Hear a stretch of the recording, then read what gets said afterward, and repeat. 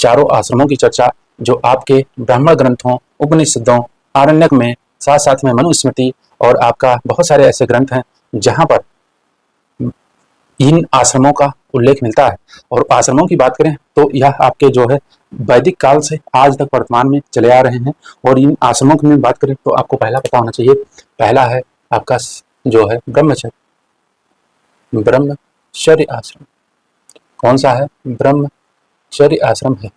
और ब्रह्मचर्य आश्रम में आपको पता होना चाहिए, इसके अंतर्गत जो आपका बालक होता है वह क्या करता है, आपका विद्या को अर्जित करने के लिए आपको गुरुकुल में जाता है। गुरुकुल में जाता है तो यहाँ पे 12 वर्ष की आयु पूरा करने के बाद, 12 वर्ष की आयु के बाद क्या होता है, गुरुकुल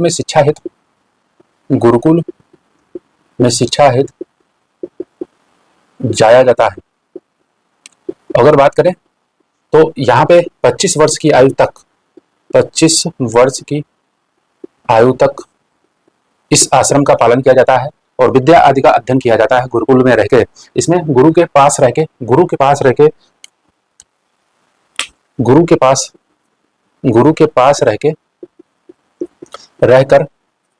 विद्या का अर्जन, विद्यार्थी जो है विद्या अर्जन करते हैं। और इसीलिए इन विद्यार्थियों को क्या कहा जाता है? अंतेवासी कहा जाता है। अंतेवासी, गुरु के समीप रहकर विद्या का अर्जन करने वाले विद्यार्थी क्या कहलाते हैं? अंतेवासी कहलाते हैं। तो यह ब्रह्मचर्य का पालन किया जाता है इसके अंतर्गत। तो 12 वर्ष की आयु होने के बाद में जनरली जो ज्यादातर उल्लेख है बातें मैं उसको ले रहा हूँ।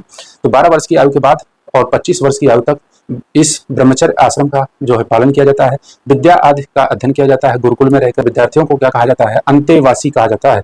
या आपका वन वर्ड सब्स्टिट्यूशन के रूप में आरओ के आदि एग्जाम में, यानी वाक्यांश के लिए एक शब्द जो होता है उसके रूप में भी कई बार क्वेश्चन पूछा गया है कि अंतेवासी कौन कहलाता है। तो इसको ध्यान रखिएगा। अब ये पहला आश्रम है ब्रह्मचर्य आश्रम। दूसरा आश्रम जो आता है वो 25 वर्ष की आयु में आपका जो होता है वह है गृहस्थ आश्रम।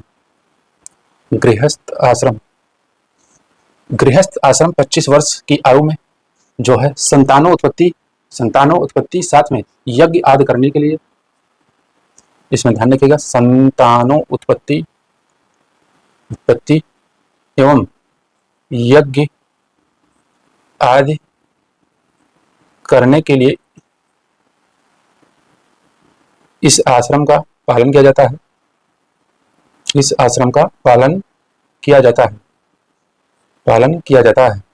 कुल मिला के आपको ध्यान रखना है, इसमें सांसारिक चीजों में शामिल हो जाता है, यानी विवाह किया जाता है, संतानोत्पत्ति की जाती है, साथ साथ में आपका यज्ञ भी किया जाता है। तो ये 25 वर्ष की आयु से लेकर 50 वर्ष की आयु यह निर्धारित है। हालांकि ये सब वैदिक काल से शुरुआत में से ही शुरू है, तो इसलिए जो आयु काल है इसमें कोई बहुत ही महत्ता नहीं, क्योंकि आजकल तो जनरली 100 वर्ष, पहले 100 वर्ष तो नॉर्मल लोगों की आयु होती थी, तो उसी 100 वर्ष को एक स्टैंडर्ड मान के यहाँ पे एक तरीके से मानक है। तो आपको ध्यान रखना 25 वर्ष से लेकर 50 वर्ष तक आपका गृहस्थ आश्रम का पालन किया जाता है। उसके बाद में आपको ध्यान रखना है अगला जो आश्रम है वह है वानप्रस्थ।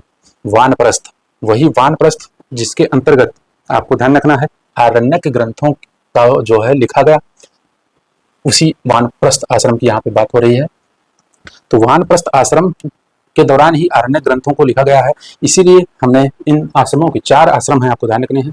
तो तीसरा जो आश्रम है वह है वानप्रस्थ आश्रम।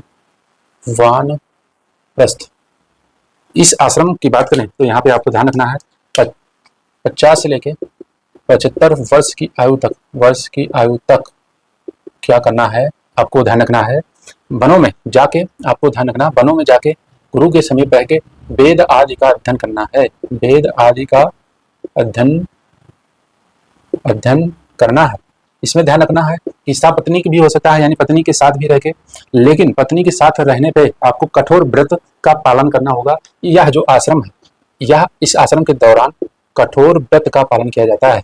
कठोर व्रत का पालन किया जाएगा, यानी पत्नी तो रहेंगी लेकिन उस प्रकार से आपको नहीं रहना है जिस प्रकार से आप गृहस्थ आश्रम के दौरान रहते हैं। तो आपको वानप्रस्थ आश्रम के दौरान कठोर व्रत का पालन करते हुए आपको वेद आदि ग्रंथों का जो है अध्ययन करना है। और इसी अध्ययन के दौरान आपने कोई ग्रंथ लिखा है तो उन्हीं आदि ग्रंथों को क्या हम आरण्यक बोलते हैं। तो इस प्रकार आपको ध्यान रखना है 50 से 75 वर्ष की आयु के लिए यह सब सिस्टम है। और इसमें आपको ध्यान रखना है। अब हम चौथा अगर आश्रम देखें तो लास्ट है संन्यास। ठीक है, तो संन्यास आश्रम जो होता है, यह आश्रम आपने गृहस्थ निभाया, वानप्रस्थ निभाया।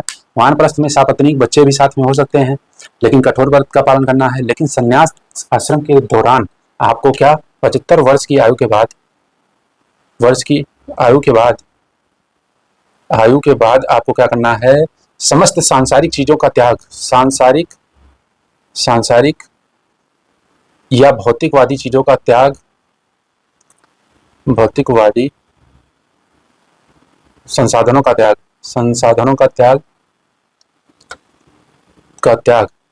पुत्र पत्नी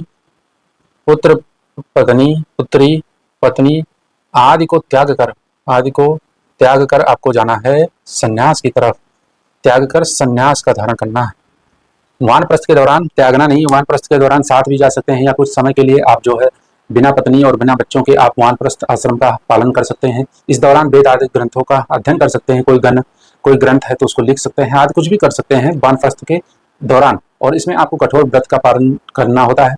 लेकिन अगर बात करें तो आपको संन्यास में आपको त्याग देना है, पुत्र पत्नी पुत्री आदि को त्याग कर सांसारिक वस्तुओं, सांसारिक जो भौतिकवादी जो संसाधन है उनका त्याग करके, यह जो अंतिम संन्यास आश्रम है, इसमें आपको ध्यान रखना है, यह आपका मोक्ष के लिए, क्या अंतिम में आपको मोक्ष प्राप्ति के लिए संन्यास आश्रम जो होता है वह मोक्ष प्राप्ति के लिए होता है।